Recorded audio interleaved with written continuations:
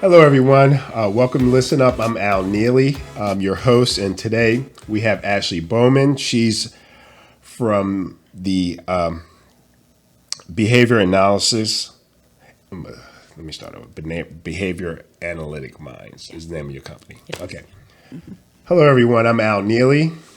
Welcome to Listen Up. Today we have Ashley Bowman, and she's with Behavior Analytic Minds, a company that she's founded. Let me give you a little bit of her background.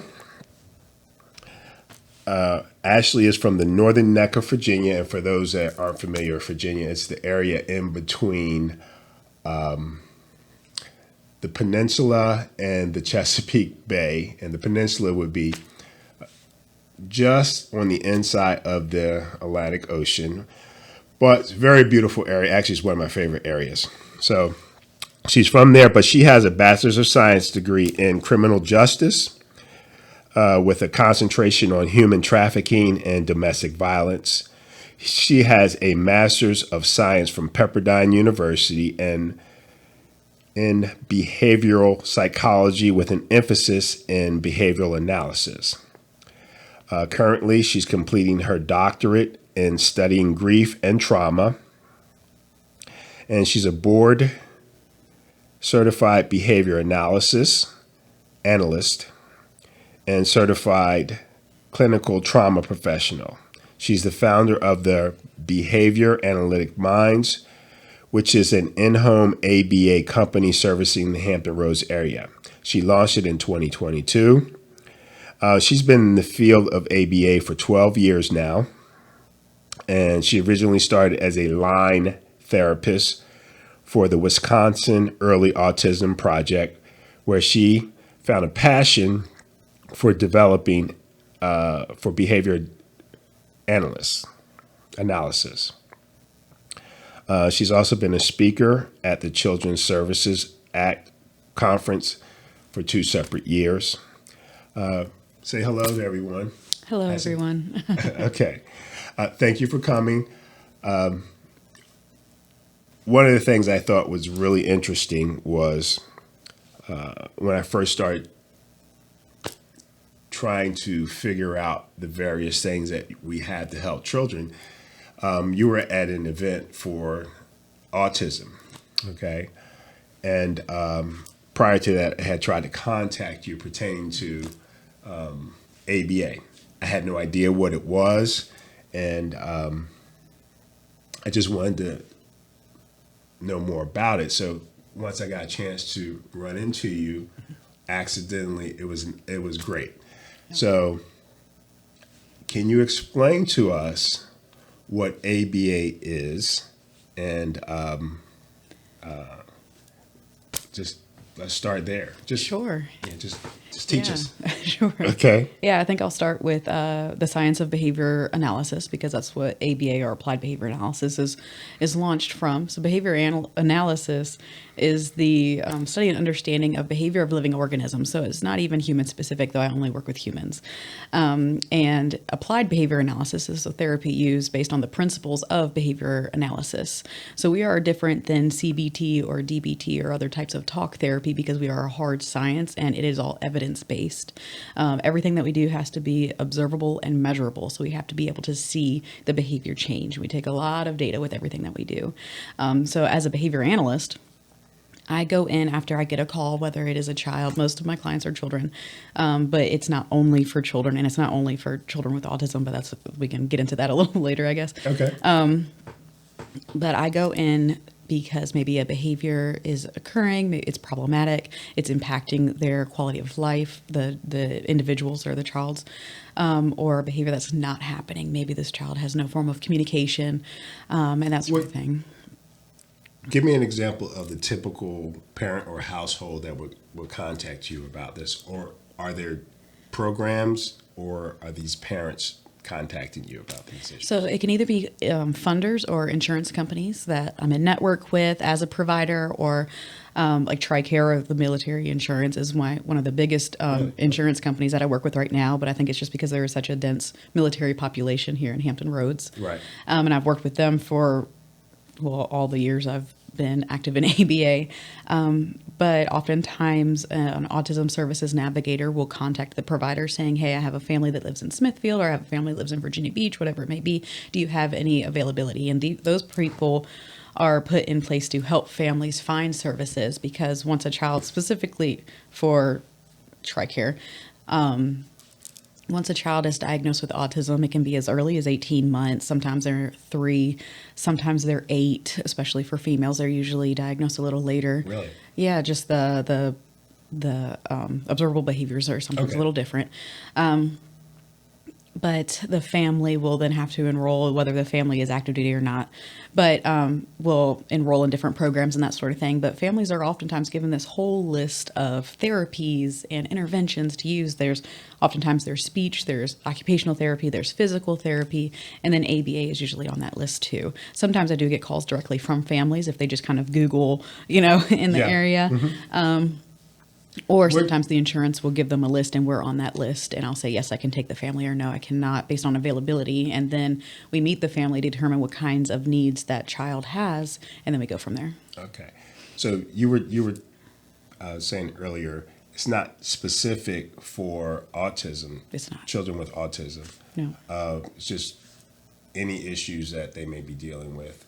So you can apply this to any issues that children are dealing with that are behavioral. Is that correct? That is correct. Yeah. Now, a lot of times it is based on the experience of the behavior analyst who's overseeing the treatment or guiding that treatment. So I know a lot of BCBAs who are wonderful, but they're only comfortable working with an autism spectrum disorder diagnosis. That's not always the case here. So I've worked with foster children that have a trauma history, and that definitely changes the interventions. Behavior analytic interventions are not always trauma informed, so it's important to know. Too. Yes. Okay. Yeah. And so it's important to be aware of that too. But I have children with conduct disorders. I have children with global developmental delay. Oftentimes, the majority is still autism spectrum disorder, but a lot of times that's part of the referral source. So doctors also know of ABA being good for autism, and we are considered the golden standard treatment for autism spectrum disorder, but I'm not there because the child's autistic. I'm there because there's problem behavior or lack of behavior occurring, and I go to determine why that behavior is happening, and I'm able to manipulate the environment around that child in order to get them to learn what they need to do in order to improve their quality of life. All right. You said global developmental delay. Yes. Okay. I think I know what that is, but explain it. So I don't know the exact criteria based on the DSM-5 for global developmental delay, and actually it's not something that's diagnosed very often anymore. As the DSM changes or the diagnostic manual changes, similar to autism spectrum disorder, a lot of criteria change and kind of get molded into it. So like for ASD, there's no longer Asperger's syndrome, right? It's now just part of the spectrum of autism based on the latest diagnostic manual. But global developmental delay, there's usually just a pretty significant intellectual disability too, or their mental capacities, or other forms of developmental delays. And it's usually kind of this umbrella that gets put on there. So global means kind of across a the board. broad spectrum. Okay. I know what developmental delay is. I just didn't want to assume anything. Yeah. Okay. So let's get back to how is ABA, how can it be applied to a child with autism? Tell me, how do you figure out how to analyze a child that has autism to get them to the point where they can learn? Right. So the behaviors aren't occurring because the child has autism. Yeah. It's autism changes the way that a child perceives the world, right? And so they're receiving information a little differently than maybe you and I would. So I go in to determine what it is that they're perceiving. What I also love about ABA is that I can change the way I teach or train. There's no box that I have to fit into, kind of a thing. So I get on the child's level, I determine what the child needs to do in order to get them to learn.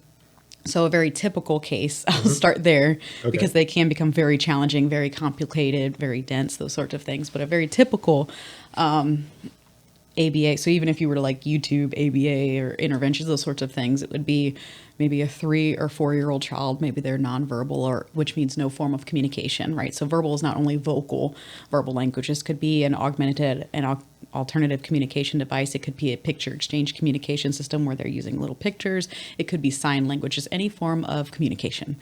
And a lot of times these kiddos have no form of communication, so they're considered nonverbal. Or maybe there are big meltdowns, tantrums. Maybe there are some aggression. Maybe there's some self-injury. Not all of the time. So we go in to determine why that behavior is happening. Maybe there's these huge, big meltdowns. And a meltdown is different than a tantrum. What's the difference? Well, it's usually the severity or not how bad it is, but usually there's a lack of ability to regulate it. Now, I know that's like that, and it can be typical for toddlers in general, but oftentimes families don't understand why it's happening with their So kid. would a tantrum be you're just, but there's a display of activity to get something desired, whereas is that how you would characterize that? Or and a meltdown would be something to the point where there's just complete total frustration. Is that a good example of, or explain to me? Sure. Yeah, sure. But a lot of times those meltdowns are occurring because they do want something. So there's different functions of behavior. There's different reasons for all behavior. And again, this is across all humans, not even just autistic children. But and sometimes it's because I really want something, or I've been denied access to something. Sometimes I'm overstimulated, or there's a sensory need, and that includes some self-injurious behavior. Not all. Some, and that's why we go in there to determine why it's happening, right? And it could be, changes in schedule. There's a lot of different things, but all of them can fit into these functions of behavior. And so when we go in there to determine why it's happening, I'm sorry, back to your meltdown. It's just usually just a severity level, and a lot of times it can continue to increase or it can continue to worsen and need some kind of input. So maybe I do need to give you the Snickers bar, so that, not me, but the parent, the caregiver, that sort of thing, because I want you to stop having this meltdown in Walmart or Target or whatever it is, kind of a thing. And then they learn that that's what works, right? And so then we have to go and we have to change the reinforcement there. But all behavior, and the biggest thing about behavior analysis, and whether I'm treating, ABA for autistic children or whatever, a child, whatever it is, all behavior has a reason, the good, the bad, the ugly. It's all feeding a purpose to that individual. And so when we go in there, I can't just say, oh, I can make your child stop hitting, right? It's not always that. It's they're hitting or they're hurting themselves or whatever it is for a reason. So I go to and determine what that cause is, what the function of that behavior is, and then I teach an appropriate replacement for that, because that behavior still needs to feed a purpose for that individual. And so we teach an appropriate replacement that feeds the same function for that human being. And then we go from there. Gotcha. What made you want to do this? So I fell in the field by accident years ago. Yes, you've done quite a few things. Yeah, so I'd like to actually touch on that part of my life just a little bit, if that's okay. Oh, I would love that. Only because I find other people that are maybe new to the field and they think they have to have this direct path or education or experience. And it's not always like that. I kind of stumbled my way here too, But yeah, so I went to, the first time I ever left my very small town to go to college, and I was the first in my family to go to college. I went to Hollins University to study psychology. Where? Hollins University, it's in Roanoke. It's a very small girls' school. But I got in, and they gave me a scholarship. I'm like, yeah, I'm going to school, right? I always Parents knew. Appreciate that. Yeah, right. I always knew I wanted to help people, but I'm also very squeamish, so I didn't want to be a doctor or touch people or anything. So I always wanted to help the mind. I always knew that from the very beginning. I ended up dropping out after my first year. It wasn't for me. I moved home thinking it would just be a semester. It ended up being 2 years off, and I said, I can't stay here. I have to go back to school. I moved. It's not a lot to do. There's not a lot. There's a lot. It's pretty. It's not for me. Yeah. So I moved to Virginia Beach to go back to school, and I was in school. I'm sorry, I might be on a program. I went to a house party in Norfolk, because that's what you do when you're in college. I met a sailor. I ran off with him. And I ended up in Wisconsin. Where was the house party? It was in Norfolk. I don't remember what street. Okay. It was in some random person's garage. I don't know. and I met a sailor. That's how it starts usually. Yeah, but that's why I like to share this part of my life because it was no direct path, to become Gotcha. a scientist or anything. So he ended up getting stationed Great Lakes. He's now my husband, so it worked out. It worked out. Good. I did pick love, but we lived in Wisconsin in Kenosha. And at the time, I had an internship lined up because I did want to work with child victims of violent crimes initially. And that's exactly what that internship was. So I packed my little 2-door car with everything I owned and drove out to Wisconsin. And as soon as I got there, the internship fell through. They no longer had my. funding. And I said, oh no, I'm now in this really, really cold state. But anyway, I just applied for some jobs. I found the Wisconsin Early Autism Project, and it was working with special needs children. And I was like, well, this sounds fun, And I went to Milwaukee. I interviewed. They took a chance on me because I didn't have any. I had worked with children before, but never with special needs children or in the field. And at the time, I was like, I don't even know what ABA stands for. I'm just going to try it out. Yeah. So I worked with families throughout Kenosha and Pleasant Prairie, Wisconsin. I learned all of the, the beginning principles of ABA and everything, and I very much enjoyed it. I also worked at Bass Pro Shop too because I needed 2 jobs. But anyway, we ended up getting One of my favorites. yeah, my husband too. So he liked it, but so I found that I really, really enjoyed it. I was able to see a child. He was 4, and by the time he turned 5, he was speaking for the first time. I was there when he said his first word, and I said, "Oh my gracious!" In some cases, it was scary, but yeah, no. From 1 to 5, there was nothing. There was no language. There was no communication, Wow. and we were there. I just happened to be part of their team, and I really liked being able to see the progress that these children were making. I felt like I was making a difference, Yeah. and so when we moved back to Virginia, I wanted to stay in the ABA field, and I found another company there.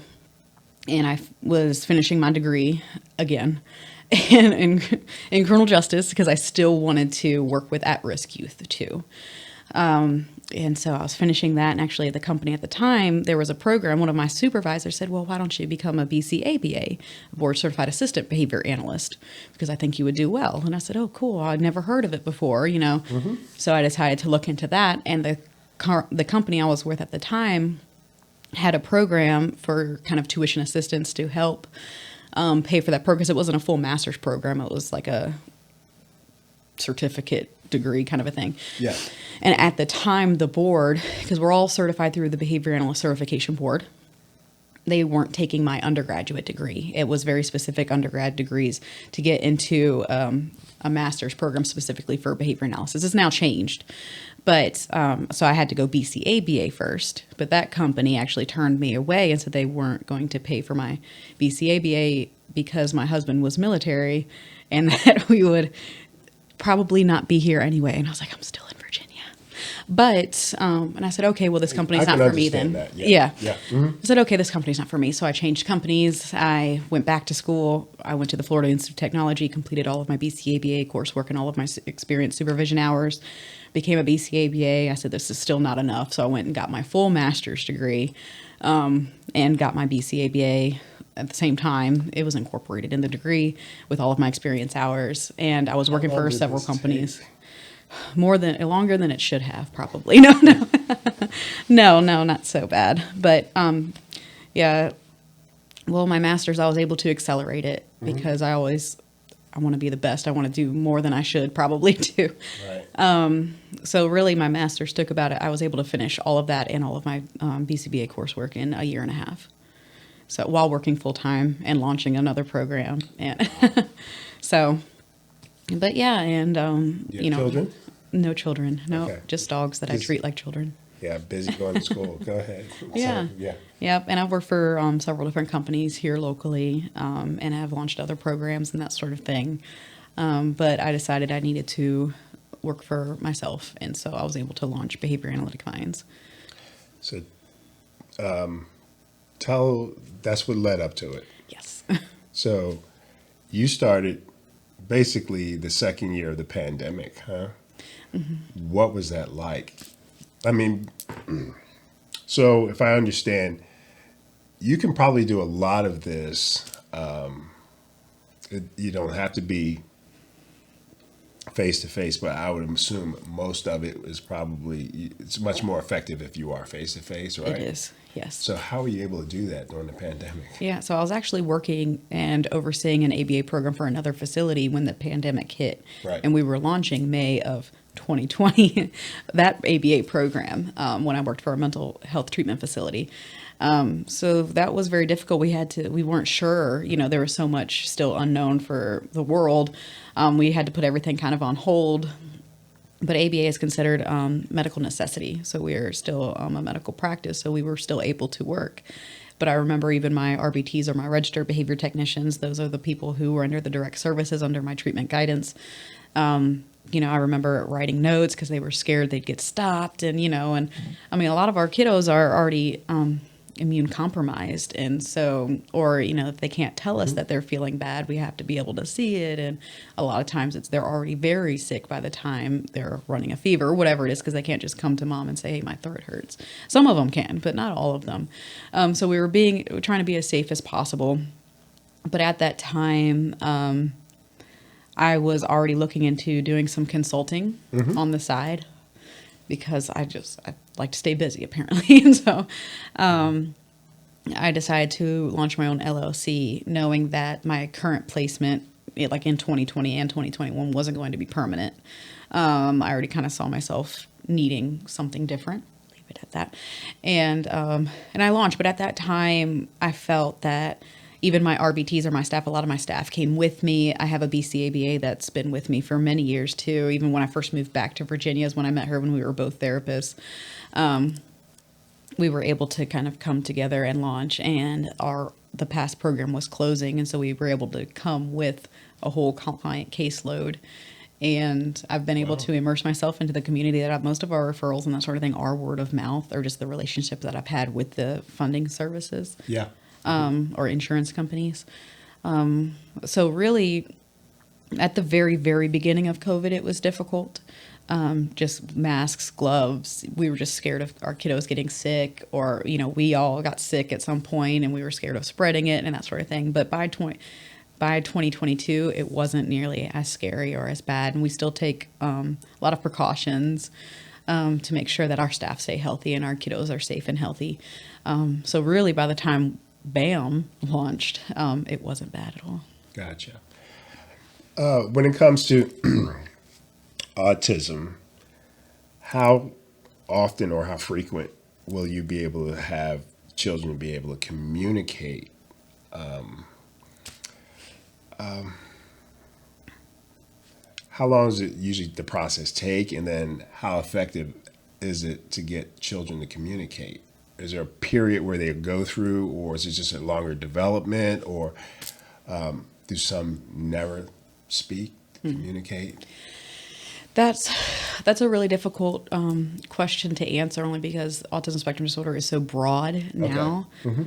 That I have clients that are in college and, they're getting their own degrees now. And then I have clients that are fully nonverbal and, really? That are still older. So, and they're both, diagnosed with autism spectrum disorder. So it's really hard to say. I will say, me personally, based on my own experiences in the families that I've worked with, it's rare that a child will never be able to or a person will never be able to communicate, because even pulling you, taking your hand and pulling you to the fridge and pointing at the piece of cheese is still letting you know that I want that cheese. Right. So it can still be considered a form of communication. Right. Yes. Now, usually we'll teach one modality of communication, and oftentimes parents, well, I guess earlier in my career, parents were always wanting verbal, speaking. Yeah. Right. And that's the first thing that went through my mind. Like, when right. when is we going to be able to get my son to speak? Right. Yeah. And sometimes it's a tough pill to swallow when that might not be the best communication modality for that individual. So I won't come in and say, oh yeah, I'm going to teach PECS or picture exchange communication, or, oh yeah, we're going to be doing vocal verbal. Oh yeah, we're going to be doing sign language. We determine what's best for that kiddo. And sometimes we do have to change. So some kids will, maybe they've already been working with speech therapists, and maybe the speech therapist is already teaching sign language, that sort of thing. And we teach a little differently, or we train a little differently. But if sign language is working for that child and they're getting their needs met, it's just by communicating to get their needs met, then we will take off with sign language too.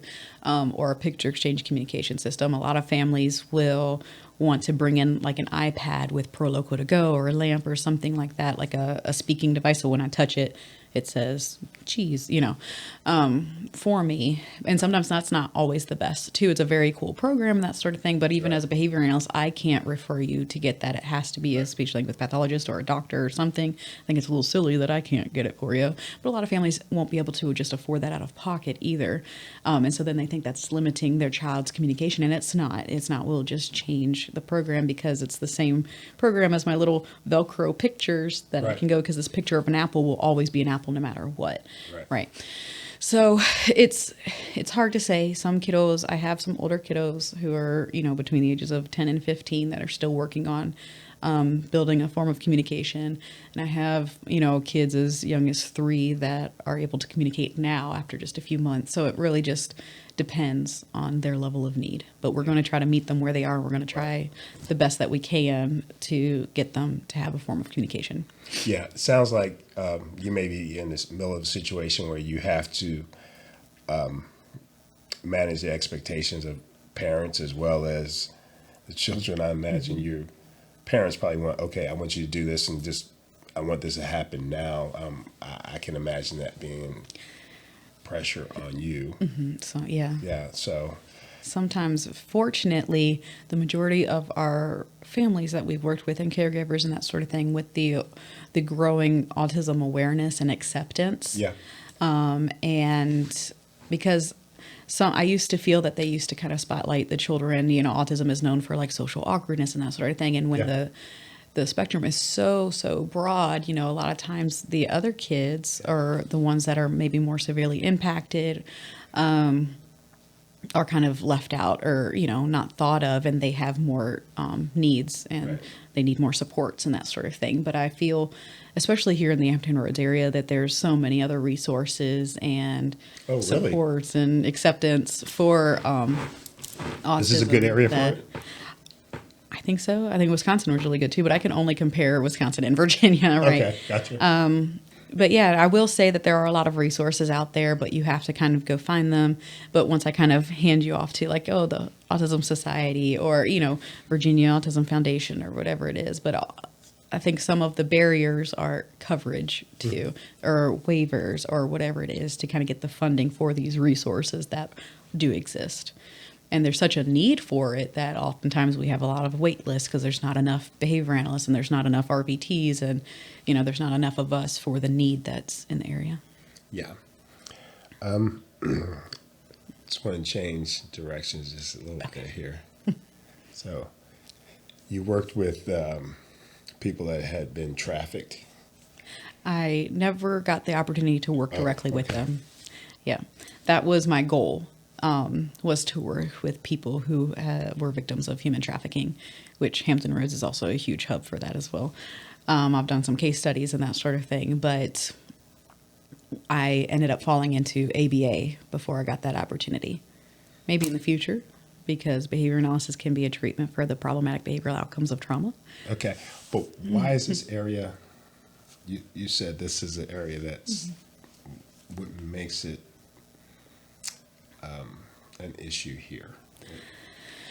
Really? What makes trafficking, what are the ideal, there's not the ideal, but it's never an ideal situation, but what are some of the things that would make trafficking more prevalent in a particular area? Because you think it is here, right? It is here. Yep. Okay. There's a lot of traffic, just movement. There's a lot of movement here. There's a lot of highways here. There's a lot of trucking here. So another huge one is like Toledo, Ohio. And a lot of times it's just, there's just dense population here too. So, and there's different types of human trafficking. A lot of times people think that it's sexual human trafficking, but there's labor human trafficking too.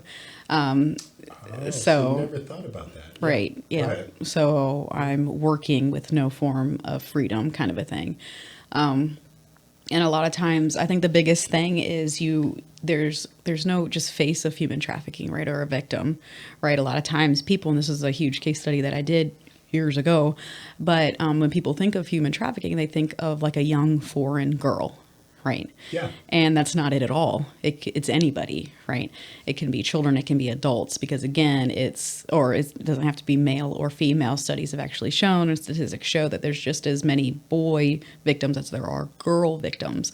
So really it doesn't always matter. Depends on who, it sounds terrible to say, but it depends on who the traffickers are and what their demand is, right? What they need. But because there's a lot of in and out, especially tourist areas, right? So it's easy to bring in a shipment of humans to stay at a hotel for a while and then ship them to another city. Just in and out. Wow. A lot of highways. Yeah, never thought about it like that. Yeah. You said you've spoken at several conferences. Yes, the Children's Services Act conference. Yep. And my very first one was actually via Zoom because of COVID still. And I had my script so I don't get off track, too far. But that went well, and I got a lot of great feedback from that. And I said, I kind of like this. And it was just on the functions of behavior and understanding behavior. And so then the following year, I presented again, but was able to travel to Roanoke because that year was in person, and spoke on how to build appropriate attachment using behavior analysis, or measurable and observable and data to show you building attachment. And what exactly is attachment? So one of the functions of the behavior, and it used to be called attention, so attention seeking, and a lot of times, fortunately, it's used a lot for young girls. There's like, she wants attention, she's seeking attention, that sort of thing. Okay. However, there's a reason why young children want attention, and a lot of times it's because they're trying to form an appropriate attachment with caregivers, and so we're trying to build the awareness of attachment, especially, not always, and I feel like I always go back to this, but if there's any kind of past trauma and that sort of thing that has maybe deformed appropriate attachment that children are usually build in infancy and toddlers. So then we just teach appropriate ways to seek that attachment, because sometimes attention has like a negative connotation on it, to just build appropriate attachment, and pairing and building rapport really is all it was. Right. So do you have to come up with, of course you got to analyze the information there, but then you have to come up with a plan of action after that to assist that child, right? Yes, I write a whole treatment plan. How long does it take for you to develop, just to watch that behavior, take that information and come up with an analysis? How long is that, something like that may take? So it can take a few hours. Really? Sometimes I have to meet the child a couple of times. Sometimes I meet the child, I see it right away. I got this, and I have a good idea. But it took a few years. But Okay. And sometimes we don't get to see everything. So what's also great about our treatment plans is that it is a fluid document, right? So it's kind of a general idea of what I think would work best at this moment. And there's many different types of ABA interventions that can be used for different kinds of measurable objectives or goals that we have for this child. And we might get in there and then the child says, absolutely not, right? And then nothing's working. But then I go in, and that's why what BCBAs do, or the behavior analyst does. It's like, okay, then I have to change it. And that's okay, right? Because we're learning what works for the child. And so I can go in and I can change the interventions that are being used, and I can change the goals, necessary to get them where they need to be. Improving their quality of life is always our priority. Gotcha.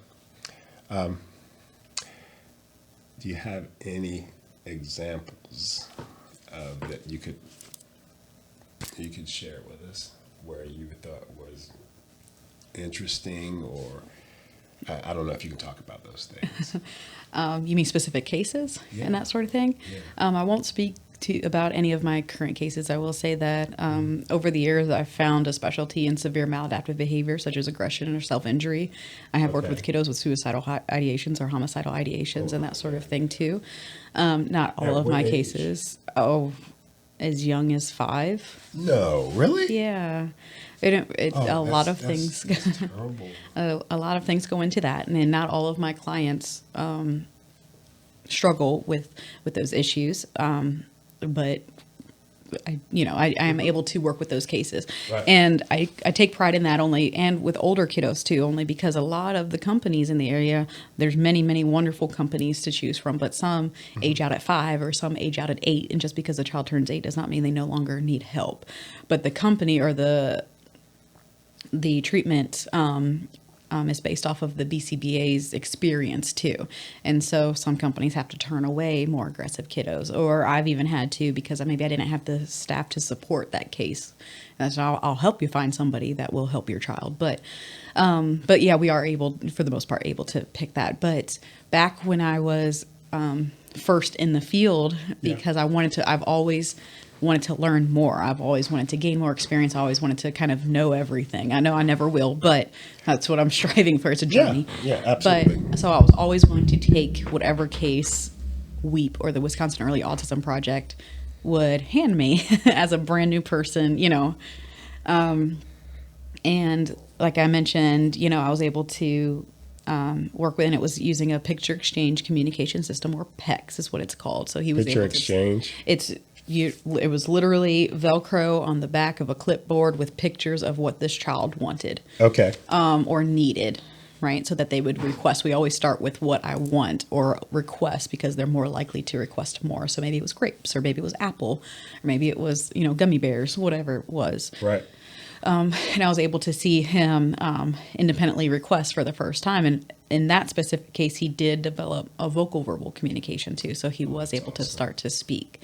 And I was able to work with another child that. How long a period did that take from 6 months, maybe, when I first started. It was his very first day in ABA, and it was my very first day in ABA, I remember. Oh, good. Yeah, so he'll always have a place in my heart. Yeah. Yep. And so then I took on another case, a very sweet little boy too, and he was a little more severely impacted, and by the time I was moving back, so I'd been with him for almost 2 years. By the time I was moving back to Virginia or having to leave the company, he was able to form full sentences using PECs, or pictures. So he had a binder of food, he had a binder of people. So even when I would show up, he would get his what is called a sentence strip. And it was just Velcro. It was just laminated pictures in Velcro, because, like I said, that picture of an apple will be an apple, like, in every language too. So my audience is bigger than it is actually with sign language, because the community always knows pictures versus not everybody in the community knows sign language, right? But anyway, I digress. Okay. But he was able to say, "Hi, Ashley," every time I would show up, kind of a thing, and make requests. And then I worked with another little girl that was very aggressive and would harm other people and harm her parents and bite and scream and hurt herself. And I remember the first time I saw a meltdown, she was fighting and she was trying to get out of the room, and it was the first time I saw it, I was like, oh my gracious, but and I saw her father was trying to block the staircase, and she was in he was sitting in like a folding metal chair. I always call them church chairs, because, I was in a church, and she was 8 and had climbed under him and like did a full bench press of her father. And I said, oh my goodness.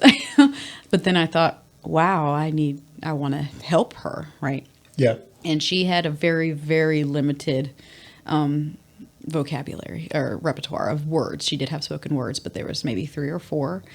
And we had to really kind of slow everything down and break everything down for her to get her to want to work with us. And that's why building that attachment or that rapport is so important. And by the time I left, she was using full sentences and communicating. And I mean, that took a long time, and it took a lot of different interventions and a lot of patience. But some of the things I saw there, and even with my other kiddos, it was just, we had really good days, we had really bad days, but the good certainly outweighed the bad. And I've seen a lot of things. Right. For the young girl that had the issues with the physical, did you have to go back, like, and try to figure out why that was happening? Is that a part of ABA?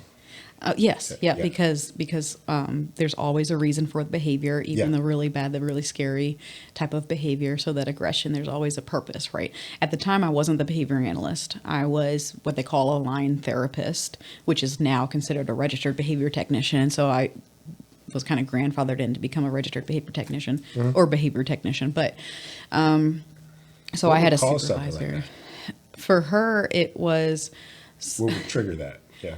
well, it's because it was working for her in the past, right? So if I go to bite or tear people's hair out or scratch eyes or whatever it was, it kind of got me out of this situation that I didn't want to do. And because I it's so see. severe and it's scary for families too, she was able to kind of manipulate the environment around her. And this is only specifically for her case. I'm not, it's not a very broad answer, but, Yeah. and so my supervisors at the time were able to go in to determine what that is. And in order to help that specific behavior when it is being maintained by reinforcement, by it working, that form of escape is working for her, usually the behavior will worsen because, oh, I used to be able to bite thighs, is what she would usually go for. But now that's not working because I've removed the reinforcement that's maintaining that behavior. So now my behavior is going to worsen. It's called an extinction burst kind of a thing. But an extinction is just me removing the reinforcement that's been maintaining that behavior. But so the behavior will usually worsen. So now I'm going to try to scratch eyes. Now I'm going to pull hair. Maybe I'm going to scream. She used to even start to scream, "Help, you're hurting me, help," when no one was touching her, kind of a thing. Because she's learned that in time that would get her needs met. So yeah, usually behavior worsens until we hit this kind of top of the bell curve, right? It's like, oh, Yeah. it no longer works. And then we have a big drop. In that time, I'm not just, especially now, as ABA becomes more compassionate, and I personally know more as the behavior analyst now, I'm not just going to place a child on extinction and people think, oh, I'm just ignoring the kid and letting them scream in a corner. That's not it at all. Okay. I'm also telling them and teaching them what they need to do instead. I'm still providing that replacement behavior. I'm telling them what they need to do instead to get those needs met too. But yeah, that behavior was working for her to some extent, and Right. that's why. So you said extinction. Is extinction a component? Yeah. It is an ABA intervention. Okay. Yes. What are the components, or can you just briefly go over some of them or all of them? I don't know how many there are, but I imagine For extinction specifically, or for just ABA. oh, oh gosh, there's a lot of interventions. I don't know. Without a list, I might not be able to go through all of them. But it's just different types of ways that we teach and train behavior. Okay. So like there's behavior skills training, which is a really popular one that I like to use, especially with my teens that I work with. And so I'm going to tell you exactly what you need to do or what we're going to do. We're going to role play it. I'm going to provide feedback, and then we're going to practice it, kind of a thing. So every little step. So maybe we're working social situations and that sort of thing. There's modeling. So I'm going to show you what I need to do. There's different types of prompting. So whether that's, if I lay a card in front of you with a rabbit on it and I say touch rabbit because I'm teaching receptive behavior, maybe I move the picture of the rabbit a little closer to you, or maybe I will take your hand and have you touch the rabbit depending on the child or the person, the individual. So I might take the picture and have it touch your hand instead of grabbing your hand to physically prompt you to touch it, that sort of thing. Yeah, there's a lot. Sounds like it. Yeah, I should have brought a list. But No, you're fine. Wow. This is very, very interesting. I would imagine how someone that's in need of those services around here, how would they get in contact with either you or anyone that can direct them to the place where they can get assistance for their child? yeah, I will say use your insurance companies, right? You're paying into them Okay. for, let them know that you're interested in ABA services. And a lot of times they'll find providers for you. I will say sometimes it's hard to just kind of keep the communication open, not for everybody. But usually have like a care coordinator or a caseworker to some extent. Or if you're interested, you can even just Google ABA therapy Virginia Beach, or Because this area is we have like you said, it's very transient because of the military. Do you have a lot of military children that you're dealing with, or is it mostly more civilian children? right now, just my current caseload, the majority is our military families. Really? It is, yeah. Wow. Yep. And I will say their coverage is different. I know a lot of companies have pulled out of not wanting to work with TRICARE anymore, but I've worked with them for a year, so I don't mind. They require a lot more than maybe Medicaid would, or Centaur, or Anthem, or whoever your funding source is. But yeah, so and it depends on the needs of the child too, because if they are EFMP or Essential Family Members Program, if they're a Category 5, then that service member most likely won't move anywhere. And there's only certain cities in the whole United States that can take service members that have an EFMP or EFMP Category 5 family member. North or Virginia Beach / Norfolk being one of them, and like Florida and like Washington State and San Diego. So there's a lot of other bases that, and this is Navy specifically only because most of my family is Navy. Not all of them. I have some Marines, I have some Air Force, but so I'm not saying they won't deploy, but they most likely won't be able to change cities that they work in. I will say a lot of military families are scared of receiving services, or scared, not even just ABA specifically, but enrolling in EFMP and ECHO, which is technically what I guess funds the Autism Care Demonstration Act, that then funds the services for an autistic family member. Yeah. Because it's not supposed to change it, because it might affect their career, but it's not supposed to. It's not supposed to impact their career. No kidding. Yeah. So, and I mean, I can understand that too. And the majority of my family don't know that my husband is active duty, just because it doesn't, I mean, he's not there, or, that's not why I'm there. And I would never want a family to feel uncomfortable that, that my husband is active duty, but I'm the behavior analyst, not him. So I don't even, I don't even mention it, but I am able to understand different aspects of the military lifestyle too. Yeah. So, Yeah, around here, it's in us. It's part of our fabric. Oh, so how will we get in contact with you specifically? How would they? I know. Right, yeah. How is society? I would say email would be best. Yeah, just shoot me an email. I do have a phone number, obviously, but I am in network with everybody except for Optum or UHC. But if I do get a lot of calls for there, I would just request single case agreements to say I am an out-of-network provider that's wanting to work with one of your members, kind of a thing. But I have worked with every other insurance company. And really, even if there's a reason that I can't work with them, or maybe I have a wait list, or maybe I don't have the availability, I'll still help the family find somewhere else that would be able to help them. Or even maybe ABAs. Just because the child has autism does not mean they need ABA either, right? So a lot of times people say, oh, my child was diagnosed with autism, I need ABA, and that's not always the case either. So it just depends on the child's need. I'm sorry, I get off topic, but no, that's good. email me. It's like, So you don't. What are the other forms of treating children with autism? Well, just it depends on what their need is, right? So some kids will end up with speech and occupational therapy and physical therapy and ABA, right? And then that ends up being a full-time job right there. A lot of times the kids or families are still wanting to send their children to school full-time too, when in reality you can have early days or half days and that sort of thing for medical necessity like ABA, because we're individualized, we're one-on-one, it's more intensive. It is a commitment, but that's why we're so effective, and we're science-based or evidence-based, right? Right. But a lot of times it's hard for families to fit everything in, but just because a child is autistic does not mean they need something as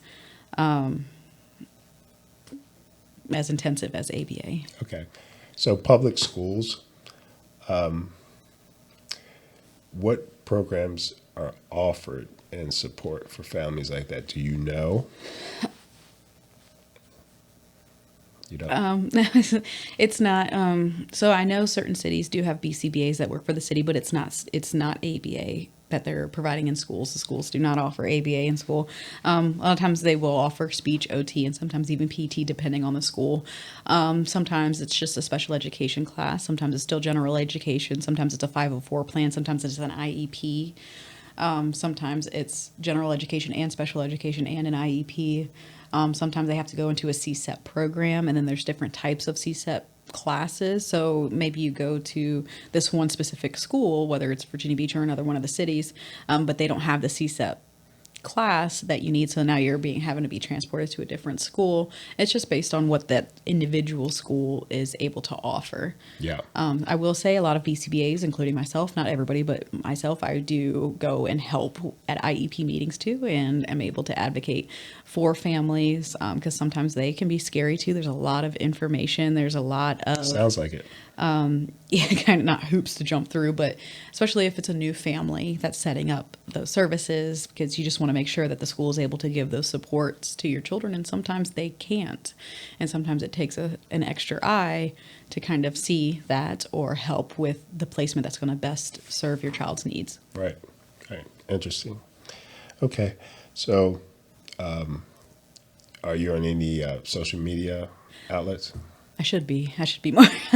No, I do have a Facebook page. I'm not super, well, my company does. I'm not super active. I need to get active. Busy. I do. You're very busy. Yeah, even me personally, I don't have, It's hard to catch up with you. some social media. Yeah, I'm sorry. No, you're good. It's like I'll see I it. understand. And then I was like, oh yeah, I'll get back to it. And then 500 other things happen. And so Yeah, I understand. Your passion is children, so that's number one. Mm-hmm. Yeah. Yeah. So, just Facebook. for right now, yeah. Okay. All right. So, give everybody your email address and how they can get in contact with you. Okay. Right now, I use just kind of a generic email address. It's message or message at behavioranalyticminds.com. That will come directly to me. Or if they want, it can be a.bowman, Bowman, at behavioranalyticminds.com. And if anybody has any questions about ABA or anything else, like I'm not saying you have to come and work with me, but I'm happy to answer any kind of questions that anybody might have. Because starting that service or getting your child first diagnosed, or even learning about ABA, even if your child has a conduct disorder or ADHD or problem behavior outside of autism, and how we can help or how ABA can help, I'll help any way I can. Right. So, if you call her, you'll figure out that she has a passion for this. You'll probably want to working with her anyway. So that's what I found out. Hopefully. Yeah. Okay. Well, I appreciate you coming on and helping us with that. At some point, hopefully you'll come back. I don't know how long is it going to take for you to finish your doctorate, but yeah, that usually takes a while.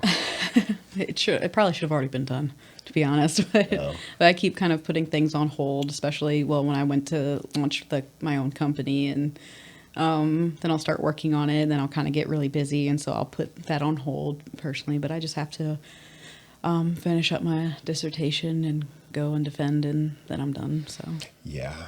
And It might schmooze some be a people to allow you to receive it. So it's a lot that goes into that. Yeah.